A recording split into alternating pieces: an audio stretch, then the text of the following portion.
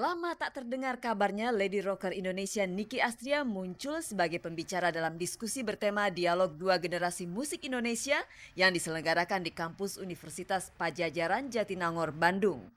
Niki berbicara tentang musik di depan ratusan mahasiswa ditemani oleh vokalis pas band Yuke. Sejak kapan aktivitas Niki beralih ke kampus? Eh, Satu kota saya sendiri.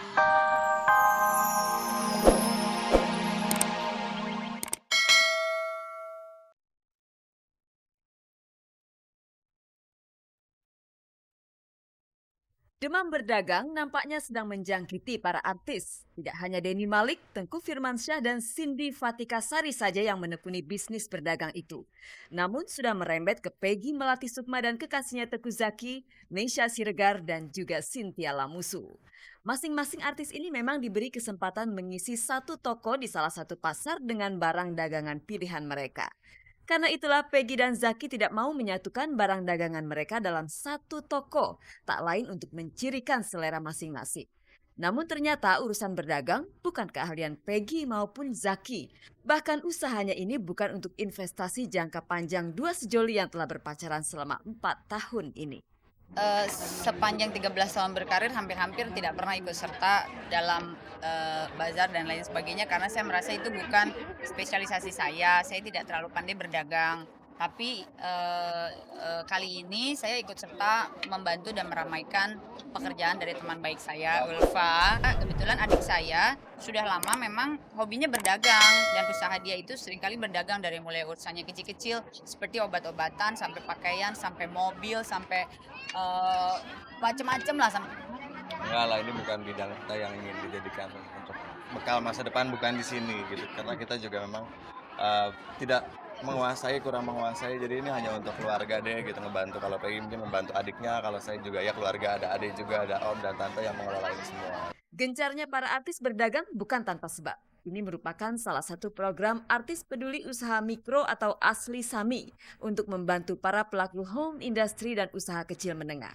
Salah seorang personil Ebitri, Cynthia Lamusu, turut menjajakan barang dagangannya yang kebanyakan berupa pakaian remaja putri beraneka warna, tas anyaman, serta sandal. Aku nggak mau ragu kan, akhirnya adekku tuh ternyata punya punya apa niat usaha untuk distro dan desain gitu, desain sendiri kaos jaket segala macam. Oh ya udah, aku bilang kebetulan banget. Selain untuk pengen tahu dan juga untuk niat untuk eh, investasi jangka panjang, ya sebenarnya tujuan utamanya adalah mensupport adekku gitu yang kebetulan punya niat untuk bikin distro itu. Bila Peggy dan Cynthia mengisi toko mereka dengan pakaian wanita serta pernak-perniknya, Meisya Siregar memilih menjual mainan anak-anak. Sepertinya Meisya mendalami betul naluri keibuannya, sampai-sampai ia mau menyenangkan anak-anak lain layaknya anaknya sendiri dengan membuka toko mainan. Iya, karena aku punya anak juga, aku mikir kayaknya, aduh nggak ada habis-habisnya aku beli mainan mulu buat anak aku. Karena percaya nggak percaya mainan itu bisa menunjang kreativitas anak gitu loh.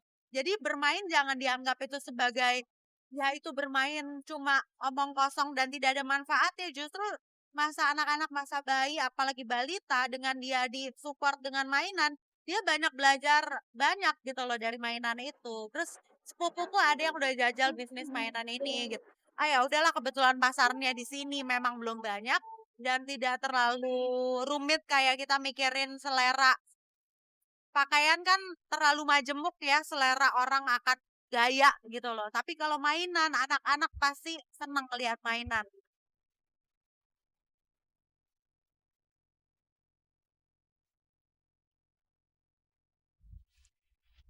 Pemirsa, Niki Astria tiba-tiba saja muncul sebagai pembicara di depan mahasiswa Universitas Padjadjaran Bandung.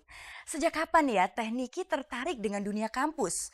Apakah ini pertanda Niki Astria mundur 100% sebagai seorang penyanyi?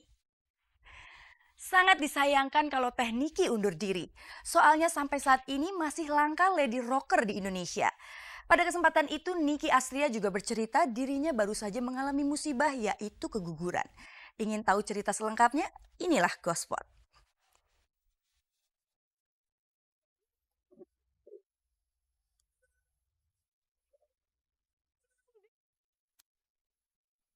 Lama tak terdengar kabarnya, Lady Rocker Indonesia Niki Astria muncul sebagai pembicara dalam diskusi bertema Dialog Dua Generasi Musik Indonesia yang diselenggarakan di kampus Universitas Padjadjaran Jatinangor, Bandung. Niki berbicara tentang musik di depan ratusan mahasiswa ditemani oleh vokalis pas band Yuke. Sejak kapan aktivitas Niki beralih ke kampus? Satu, kota saya sendiri.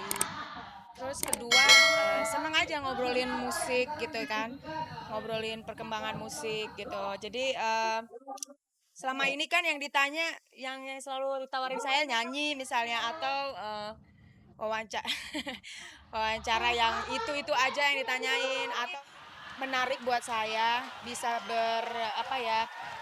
ngobrol dengan mahasiswa, kemudian itu juga menambah wawasan buat saya. Niki Astria pasti ingin menularkan ilmunya tentang musik kepada anak-anak muda ini. Hanya saja Niki bukanlah seorang akademisi. Tentu Niki butuh baca banyak referensi tentang musik agar omongannya berisi. Ya, saya kan banyak belajar dari sekolah. Saya kan ada sekolah tinggi musik Bandung di sini kan. Jadi saya juga walaupun jarang datang, tapi kan saya sering dikasih makalah-makalah. Sudah cukup lama Niki Astria vakum bikin album rock. Lebih-lebih industri musik kita tak kunjung melahirkan lady rocker sekelas Niki. Namun bukan berarti Niki Astria mundur dari dunia nyanyi, bukan? Mungkin album karena kemarin saya baru baru menyelesaikan, baru menata hidup baru. Terus saya baru mau ngurusin sekolah saya, karena nanti pada tanggal 1 nanti kita mau memperkenalkan lagi dengan format baru di Jakarta. Kemudian mungkin baru itu aja ya. Saya nggak mau bilang begitu ya, karena setiap langkah saya selalu banyak kejutan ya, kejutan yang memang sudah diatur oleh Yang Maha Kuasa. Jadi dulu juga saya pernah bilang mau berhenti nyanyi, tapi ternyata masih dikasih juga jalan. Jadi saya rasa kalaupun saya harus berhenti, itu berkah buat saya. Kalaupun masih terus, itu pun berkah. Apapun yang ada di depan saya, apapun yang terjadi dalam hidup saya, itu barokah buat saya. Setiap orang punya prioritas dalam hidupnya. Prioritas Niki sekarang tertuju kepada rumah tangganya. Niki tak ingin gagal untuk ketiga kalinya. 2 kegagalan sebelumnya menjadi pelajaran yang sangat mahal baginya. Saya rasa saya harus tahu sendiri batasan saya, dan saya tahu kewajiban saya sebagai seorang istri, dia juga tahu kewajibannya seorang suami, ya kita menjalankan sesuai dengan akidah agama. Pada saat berbicara di dalam forum diskusi, Niki Astria mengungkapkan baru saja dapat musibah. Kehamilannya yang baru berumur 7 minggu keguguran. Semoga musibah ini tak membuat Niki sedih berkepanjangan. Saya memang udah, jangan ngomongin gitu ya, saya jadi sedih soalnya pokoknya udah keguguran. Nggak mau diceritain. Nggak apa-apa, memang belum waktunya aja, Bu.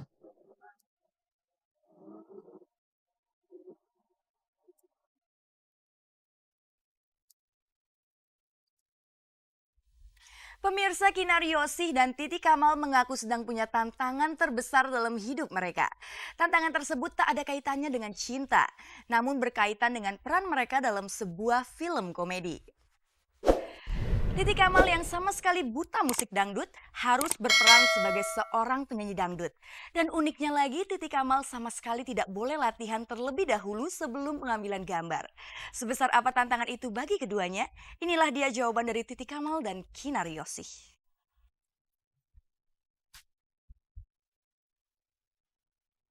Titi Kamal dan Kinar Yosih kini sedang antusiasnya bicara tentang film baru mereka, Mendadak Dangdut. Soalnya keduanya baru pertama kali ini terlibat dalam film komedi, berbau-bau dangdut lagi. Apalagi Titi Kamal yang sebelumnya tak pernah bergaul dengan musik dangdut, tiba-tiba harus berdangdut ria.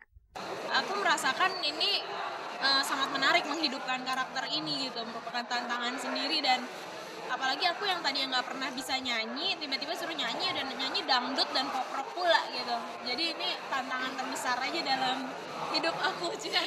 Aktris sejati tak akan pernah pilih-pilih peran sebatas hanya kepada peran yang disukai dan gampang dipelajari. Titi Kamal sedang menantang dirinya sendiri untuk melakonkan peran yang barangkali saja sangat dibencinya. Justru itu sebagai aktris harus bisa melakukan apapun gitu. Kalau emang aku udah suka sama ceritanya, aku harus ngelakuin apapun. Ibaratnya terjun dari gedung yang tinggi juga, kalau emang itu udah bagian dari skenario, aku akan lakuin. Kayak sekarang penyanyi aja aku bukan, apalagi penyanyi dangdut gitu ya, dengan goyangannya, dengan segala macamnya. Ya mungkin pertama orang yang nggak terlalu ngerti berpikir